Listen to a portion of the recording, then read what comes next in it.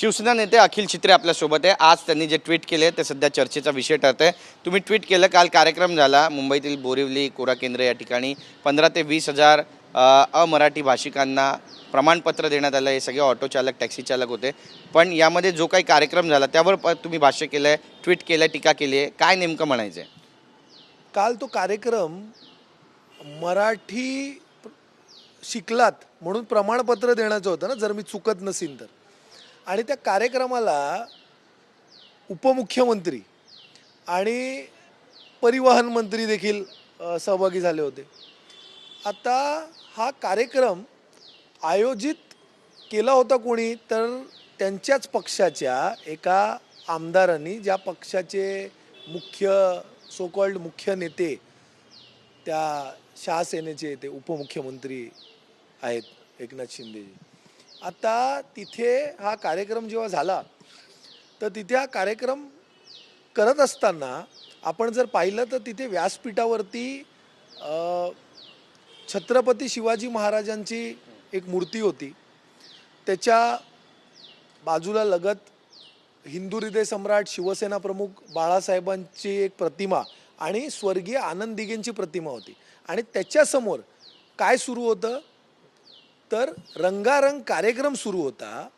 आता या सर्टिफिकेट वाटपच्या ह्याच्यात हे ना कोणाला खुश करायचं होतं असं रंगारंग कार्यक्रम घेऊन? जर मराठी सर्टिफिकेटच वाटत होते ना, तर मराठी सांस्कृतिक कार्यक्रम ठेवायचं होतं. आता तो रंगारंग कार्यक्रम करत असताना तिथे त्यांनी मुली नाचवल्या अश्लील पद्धतीत, अश्लील गाण्यांवरती तिथे मुली नाचवण्यात आल्या. आणि ते पण अशा या सगळ्या महापुरुषांच्या तसबिरींसमोर. तर काय नक्की हा कुठला वारसा? उपमुख्यमंत्री वारंवार मी वारसा पुढे नेत आहे म्हणत आहे ना, तर हा नक्की कोणाचा वारसा पुढे नेत आहे आणि कशासाठी हे सगळं चालू आहे? ह्याचं उत्तर देणार का? त्यांचे जे काय ते रंगील सुर्वे आमदार आहेत ना, जे त्यांचा इतिहासच अत्यंत रंगीन आहे. आणि हा मला वाटतं आता फक्त टीजर किंवा ट्रेलर होता. आता दहीहंडी येईल बघा, पूर्ण चित्रपट रिलीज करतील. गेल्या वर्षी पण केलेलं आहे. ते वारंवार अशा प्रकारच्या गोष्टी करतात. आणि तिकडे त्यांच्या व्यासपीठावरती मी मारल्यासारखं करतो, तू रडल्यासारखं कर.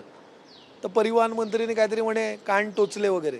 अरे कान कसले टोचले? कान ओढून आहे ना तर माफी मागायला लावा.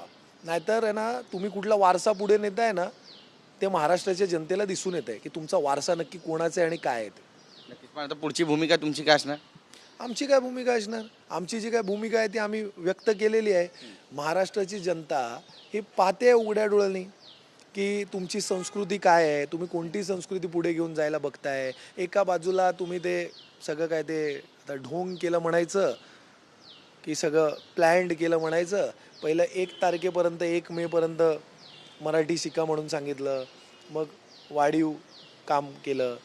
आता एका बाजूला आपण पाहिलं कशा प्रकारे आंदोलन झाले रस्त्यावरती. आता हे त्यांचेच स्पॉन्सर्ड होते आंदोलन, काय पाहावं लागेल, कारण ते संजय निरुपम पण त्यांच्याच पक्षात आहेत, त्या शिवसेनेतच आहेत. आणि ते पत्र देतात परिवहन मंत्र्यांना जाऊन. आणि त्याच्यानंतर ह्यांच्या उपस्थितीत जेव्हा सकाळपासून लोक शिव्या द्यायला लागल्या, तर आता सगळे आपले हात बाजूला करतात. पण कार्यक्रमात सगळे तिकडे होते. कार्यक्रमात सगळे तिकडे असताना कोणी तो अडवलं का? तर कार्यक्रम अशा प्रकारे करण्याची हिंमत किंवा अशा प्रकारे मुंबई महाराष्ट्रात, बोरिवली मुंबईतच आहे, अशा प्रकारचा कार्यक्रम, हा अशा प्रकारचा रंगारंग कार्यक्रम, अश्लील कार्यक्रम हा तिथे होतो. उपमुख्यमंत्री महोदय येतात, त्यांचं प्रोटोकॉल असतं ना की कोणता कार्यक्रम होणार आहे, काय होणार आहे, त्याची माहिती घेतात की नाही घेत. मला असं वाटतं की हे सगळे डोळेझाक जाणून बुजून करतात. जर पब्लिककडनं आउटक्राय झालं तर माफी मागतात, असं सांगतात की आमचा काही संबंधच नाही. पण यांचा जो काही जो ढोंग आहे ना, तो आता जनतेने चांगला ओळखलेला. आज वरळीमध्ये नारळ फोडाफोडीचा कार्यक्रम आहे. आदित्य ठाकरे हे तिथले स्थानिक आमदार आहेत, ते तिथे जाणार आहेत. त्यानंतर श्रीकांत शिंदे यांचा देखील दौरा आहे. सचिन अहिर हे देखील त्या ठिकाणी असणार आहे आणि महाराष्ट्राचे उपमुख्यमंत्री एकनाथ शिंदे देखील येणार अशी माहिती मिळते. वरळीमध्ये शिवसेना बनाम शिवसेना आणि शक्ती प्रदर्शन असं चित्र दिसतंय. हे बघा, कोणी कुठे जायचं आणि कोणी कुठे काय करायचं हे ज्यांचा त्यांचा प्रश्न आहे.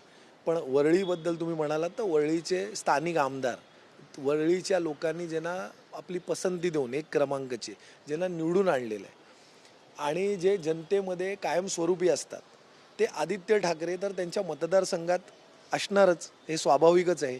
ते आपल्याला दररोज म्हटलं तरी वावगं ठरणार नाही.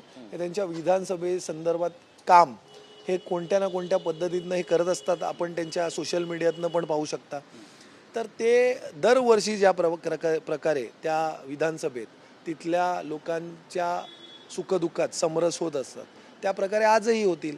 पण काही लोक फक्त काय म्हणतात उंगल्या करायला, फक्त कुठेतरी जाऊन काहीतरी स्टंटबाजी करायला जर अशा प्रकारे येत जात असतील तर आम्हाला त्याचा काही फरक पडत नाही. कारण त्यांच्या येण्याने जर काही फरक पडला असता किंवा जाण्याने काही फरक पडला असता तर आदित्य ठाकरे साहेब दुसऱ्यांदा आमदार निवडून आले नसते. सगळ्या दिग्गजांचं वरळी मतदारसंघावर लक्ष आहे. वरळी मतदारसंघ खालसा करण्याचा प्रयत्न आहे एकनाथ शिंदे यांचा, असं दिसतंय चित्र शिवसेनेचं. एक हिंदीमध्ये म्हण आहे, 100 कुत्ते मिलके भी एक शेर का शिकार नहीं कर सकते. म्हणून ते कितीही जरी एकत्र आले ना तरी ते फक्त भुंकू शकतात पण वाघाचा शिकार करू शकत नाही. बरं, शिवसेनेमध्ये नेमकं काय सुरू आहे? तुमच्या शिवसेनेमध्ये नेमकं काय सुरू आहे? छत्रपती शिवाजी महाराज पार्कची जी जबाबदारी आहे देखरेखीची ते MCAला द्या असं पत्र मिलिंद नार्वेकर यांनी लिहिल्याची माहिती मिळते. याला विरोध आहे स्थानिक आमदार महेश सावंत यांचासुद्धा, आदित्य ठाकरे यांचासुद्धा. मग ते ऐकत नाही असं म्हणावं. काय आहे, पक्षाची अधिकृत भूमिका हे मला असं वाटतं आदित्य उद्धव बाळासाहेब ठाकरे यांनी मांडलेली आहे. आणि त्यानंतर जर कोणी दुसरी एखादी भूमिका मांडली असेल तर आपल्याला त्याची पार्श्वभूमी समजून घ्यावी लागेल की ते त्या MCA बरोबर संबंधित आहेत, त्यांच्या त्या कमिटीवर आहेत. परंतु शिवसेनेची जी काही भूमिका आहे ते आदित्य उद्धव बाळासाहेब ठाकरे यांनी मांडलेली आहे आणि तीच शिवसेनेची भूमिका आहे. आमची बातचीत केल्याबद्दल कॅमेरा पर्सन योगेश गुरवसह गिरीश गायकवाड, TV9 मराठी, मुंबई.